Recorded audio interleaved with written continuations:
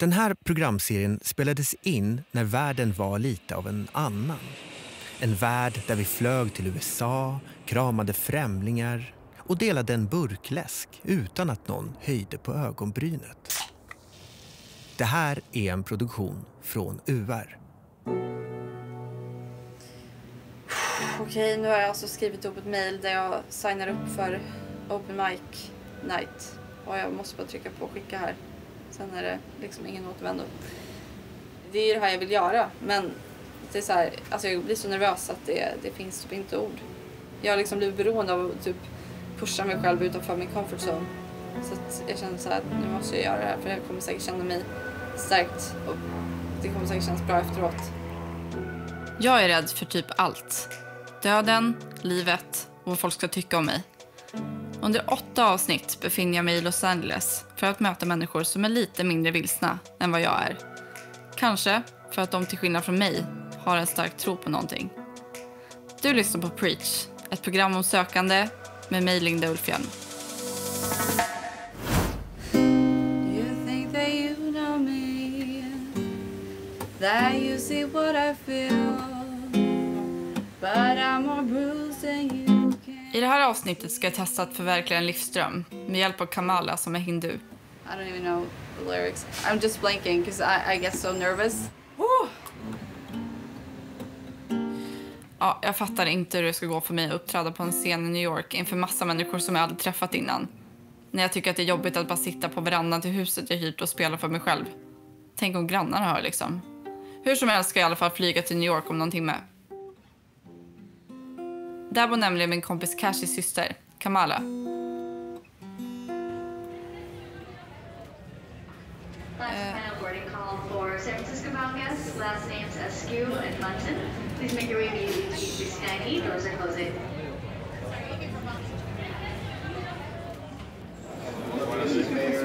Ja, nu ska jag till New York.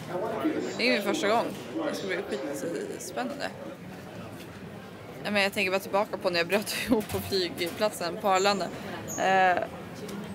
Men jag tror att det var ju någon slags jättenervositet. Alltså så här, bara, för att det var så utanför min comfort zone. Och det är det ju fortfarande. Men för varenda grej som jag kastade mig ut för så har jag ju märkt att det, liksom, det är inget som händer. Det är liksom, jag har bara blivit starkare liksom, av att göra det. Alltså jag har ju samma ångest tyvärr. Alltså så här, samma frågor, samma liksom, rädslor. Så det är inte så att jag bara, nu har jag hittat mitt svar på mina frågor. Utan det är liksom samma läge fast med typ bättre självförtroende på något sätt.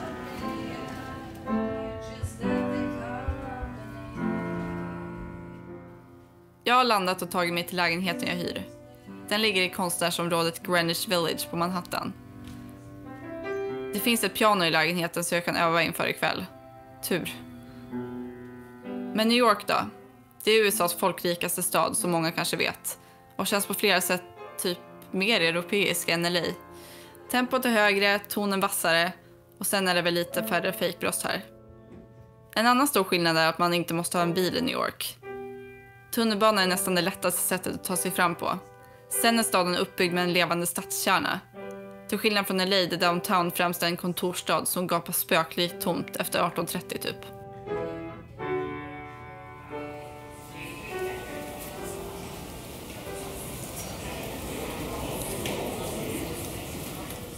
Jag ska träffa Kamala, Kashis syrra. Jag är skittaggad på det. Det ska bli askul. Jag undrar hur hon är. Om de är lika eller om de... Han säger att de inte är så lika. Men vi får väl se. Jag sätter mig på tunnelbanan och åker till Brooklyn. Där ligger Hare Krishna-templet som Kamala går till varje onsdag och söndag. Hon går dit för att få känna gemenskap och för att hon såklart gillar att dansa. Jag tror ju på shaivism. Som är en del av hinduismen. Så det ska bli väldigt spännande. Jag vet inte alls vad jag ska förvänta mig. Jag är helt nollställd liksom. Jag möter Kamala och hennes mamma utanför tunnelbaneuppgången. Hi. Hi. Nice to meet you. You too. Can I get a hug? Hi. Hi. Hi, Mom. Oh, this is the mom.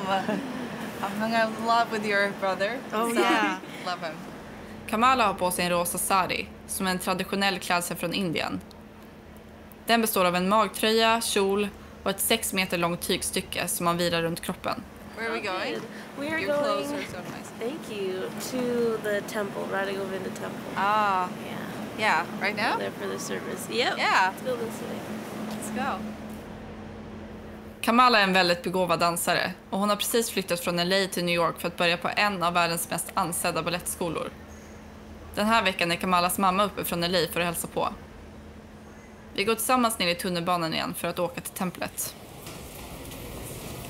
But I want to know who you are and like what do you do and Well, actually, tomorrow I'm starting SAB.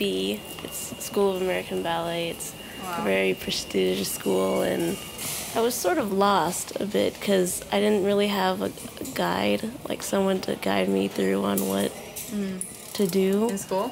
in ballet. Yeah. Yeah. Like I didn't know if I should go to Europe because a lot of people were saying I should move there and train there. Yeah. But I knew I wanted to be here. Yeah. So I moved here, and I just didn't really know what to do, and I felt like I was going to stop dancing. Oh wow, really? Yeah, because I didn't like know where to go. I just didn't know what to do. Yeah. Because I'm considered old, in the ballet world. What am I like, then? Well, in the ballet world, like 18 is usually the time you should get a job. Yeah. Or finishing up your school, and but I didn't really have a school, so Yeah. Now. but now I have a school. How And long? it's great. How long is It's a year. a year? That's two. Do you know what are you gonna do after that, or? Hopefully get into the company New York City Ballet. Oh wow. I'd really love to be there. I Yeah. just found my spark again. Inne i templet doftar det av rökelse och från de färska blommorna som hänger längs linor från taket. Typ alla har på sig indiska kläder. Ofta i gult eller i en blekt orange nyans. På väggarna finns bilder av guden Krishna, som är den enda guden som tillbes i Hare Krishna-templet. I övrig hinduism finns massor av gudar. Krishna är en av dem. Under själva ceremonin står några initierade, alltså de som är extra invigna, på en liten scen som fungerar som typ ett altare. De spelar musik och chantar. Och alla andra dansar och sjunger i takt till musiken. Framförallt så dansar Kamala. Ingen annan dansar lika bra som hon gör, såklart. Jag känner mig dock lite vilse och typ nästan lite avundsjuk. Man kan nästan ta på gemenskapen i rummet. Det hade ju varit fint att få tillhöra något med bara en 10% av den gemenskapen liksom. Efter mässan bjuder templet på mat och alla äter tillsammans. Det var skitgott. Det känns verkligen som en fest. När vi ätit upp så åker jag och Kamala hem till en gamla tant i Brooklyn som hon är inneboende hos. Vi sätter oss i tantens gråa soffa och pratar. I love to just get up and start dancing, and I love the room and the space, and I have all that space to just dance for Krishna. Yeah. So. For people who don't know, who's Krishna? Krishna is God. That's a god. Yeah. He's like the supreme Yeah. person. Like when you dance, because you dance a lot. Do you like try to channel your faith into your dance? Well, everything just comes through me, and I just do whatever I feel. Yeah. I just feel so free, and it's all bhakti and Yeah. devotion. Amazing. Kamalas största passion är hennes dans. Och den flätas samman med hennes andliga sida, säger hon. Jag undrar om Kamalas tro gör att hon skiljer sig från andra dansare. I definitely feel I have a different mentality than most dancers, because most dancers, they don't have really that spiritual side, that calming. They have more of like a, not chaotic, but just sort of More like me. well, in ballerinas are crazy, but they don't have something else to focus on. No, I like get they it. don't. They're just so focused on ballet and There's nothing else. technique. That's their whole life. Yeah. Whereas with me, I have the spiritual side. Of course, that's a big part of me.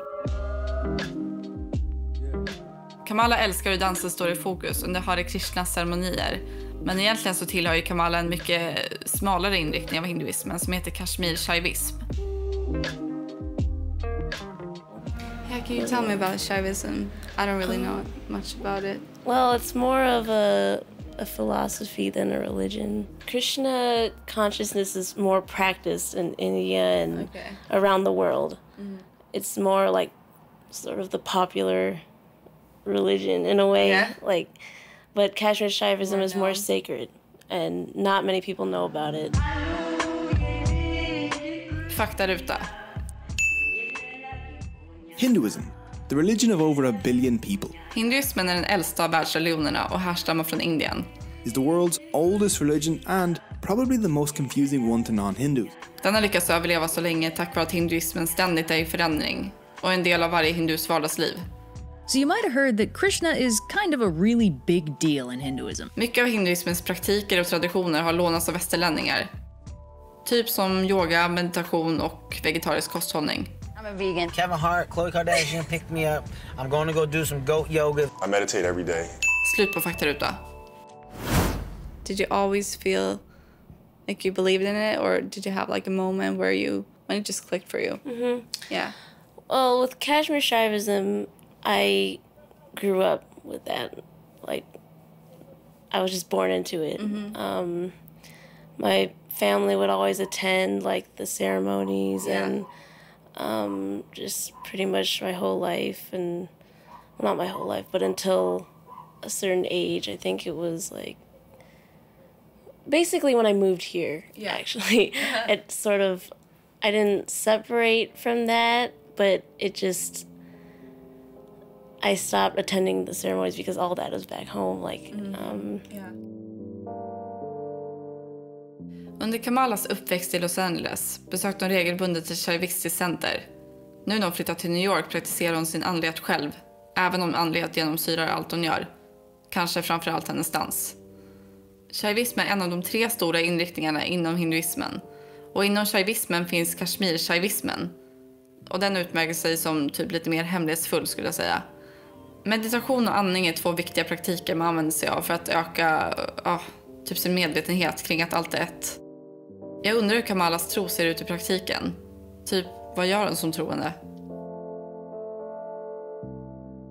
we meditate and we do something called a puja. It's almost like sitting in kirtan and singing. In puja we do sing, but they're longer verses. It's all in Sanskrit. So it's different from... It's very different. The verses are like much longer, and Hare Krishna, you pretty much just chant Hare Krishna most of the time, but it's not as complex as Shaivism. Oh yeah. Yeah, but they're both similar. Like everyone's vegetarian in Kashmir Shaivism. Everyone sings, and it's sort of the same community. I like that part. Yeah, that's cool. Kamala har även en guru. Det är typ en upplyst person som fungerar som en andlig vägledare typ. Men Kamalas guru dog innan hon föddes. Så hon brukar titta på hans föreläsningar på YouTube istället. With all your might. Because you have got that power. That power you have ignored. Our guru, he helps us, teaches us to find out more about yourself and work on how you see life. It's not necessarily you're devoting everything to Shiva. You are in a way, but it's more about yourself and internally and finding who you are. And whereas with Krishna, it's more about outer, not about you at all. You're like a devotee of Krishna. You're in service of him. Like removing all detachments from material world. It's just not about you. It's more about your devotion to Krishna and your everything. Oh, wow. But with Shaivism, it's more about you and who you are. Yeah. Gud, jag kan inte sluta tänka på ikväll. Att jag ska uppträda med en av mina egna låtar för första gången på en bar i New York. Fruktansvärt läskigt känns det. Usch. Kamala dansar ju dock framför hundratals människor hela tiden. Hur gör hon för att hantera scenskräck? Tar hon hjälp av sin tro? Like tonight I'm doing this open mic thing. And I'm really nervous. I don't even know how to calm my nerves down, you know. And I can understand that it feels good to have something that, like your faith, to just know that everything's gonna be okay, like, or, you know, to think about that, because I'm like just I don't have any tools to like calm myself down. Do you have any like advice how to like calm your nerves? Well, breathing a lot. I do a lot of breathing. Breathing is good. Or just imagining yourself doing like a great job. Yeah. Like imagining yourself on the stage and like an athlete, singing your best and like. Yeah, picture it before it happens. Yeah, that's what I do. Like before I go on stage, I picture myself doing the variation or solo, whatever I'm doing, doing it really well and like nailing all my turns and jumps and everything. That's good. And I just keep like imagining that, and then once I get on, it's like familiar.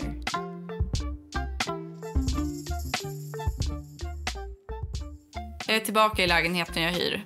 Jag sminkar mig och försöker hålla min nervositet borta utan att lyckas.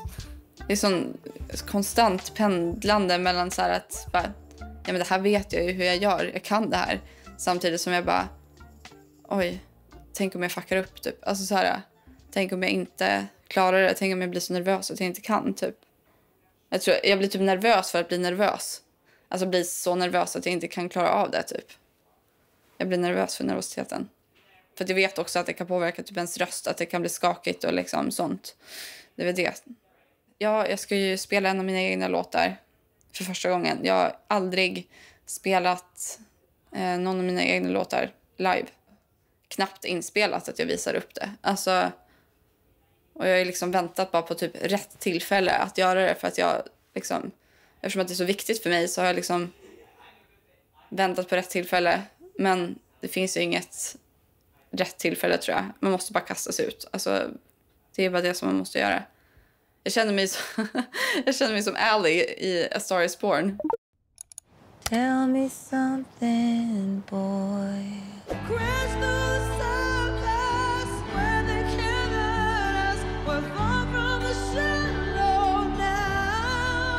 Om någon har sett den. Jag tror det är därför jag relaterar så mycket till Lady Gaga kanske. Eller till den filmen. Att hon är så här livrädd och så bara, du vet, kastar sig ut bara. Ja, det är ju speciellt för att så här, sjunger man en cover då kan man safea med någon låt som man vet folk tycker om. Alltså så här, är det lite lättare för det har jag gjort förut. Men just att så här, det är en av mina egna låtar.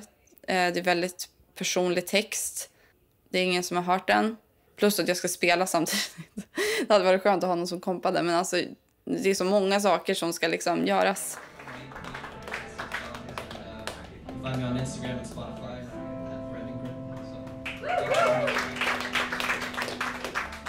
Jag är på en bar i East Village på Manhattan.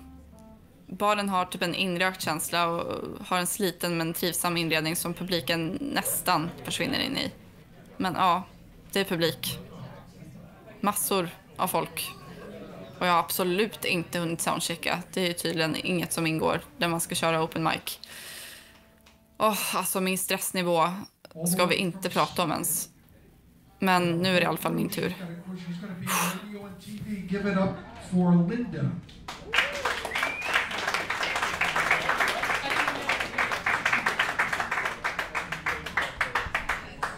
Scary. So I'm playing my own song too. Yeah, it's an original. It's called Falling Down to the Ground, so it's quite similar. Yeah, it's a good word to work with.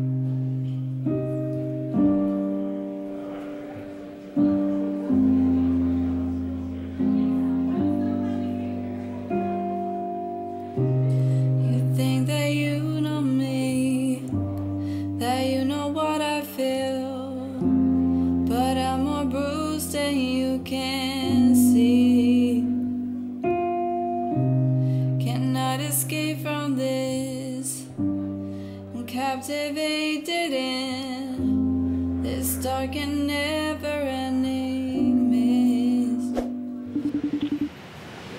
Hello? Hey, yeah, I have to tell you, I did the open mic night thing. Oh. Yeah. How was that? Han jag pratar med heter Cashy och är min kompis och typ andliga guide här. It was nerve-wracking. I was so nervous. I was like shaking before, but I will never be 100% satisfied with anything I do, so I just have to accept that. But I guess I should just focus on like that, just be proud of myself for doing it, because it was really, I was so scared of it, you know. It's just weird that I have to go home, because I feel like, why Sweden? It's like, yeah. That's why, you know, you get back to Sweden, you gotta make plans on you're gonna come back out here and just live out here. Yeah, book a flight right away. The new trip. No. Yeah, book the flight. You'll figure out what you're gonna do. Yeah. No, but it's been a journey, you know. Oh yeah. No, it's not like a journey, especially for you. But yeah, it's just been crazy. You know, I feel it's weird because I don't know what happened like within me, but I guess I'm a little more confident. I feel more confident. Before this, I was kind of scared to find anything, you know, that I would find something too, because I was like, okay, if I find something, if I become like religious or spiritual in any way, people will judge me. But now I feel like I wouldn't be as scared now if it happens, like in the future or anything. I feel like I don't judge it anymore. Okay, bye. Här tar min resa slut. Jag sitter i taxin på väg till JFK för att flyga hem. Under resan har jag gjort allt från att chanta, fira shabbat och gå på kristen konsert. Jag har fått så många olika smakprover på hur en tro kan se ut. Framförallt så tror jag att gemenskapen kommer stanna kvar hos mig mest. Jag har fått se så många nya perspektiv och jag har kunnat ventilera alla de frågorna som jag tänkte på om livet. Framförallt så känner jag att jag har fått en mycket större förståelse för folk som tror. Du har just hört Preach med Linda Ulfhjelm av Nanna Olasdotter Hallberg, Daniel Persson Mora, Ludvig Widman, Tove Jonstoy, Karin Winter och Martina Magorin Borg.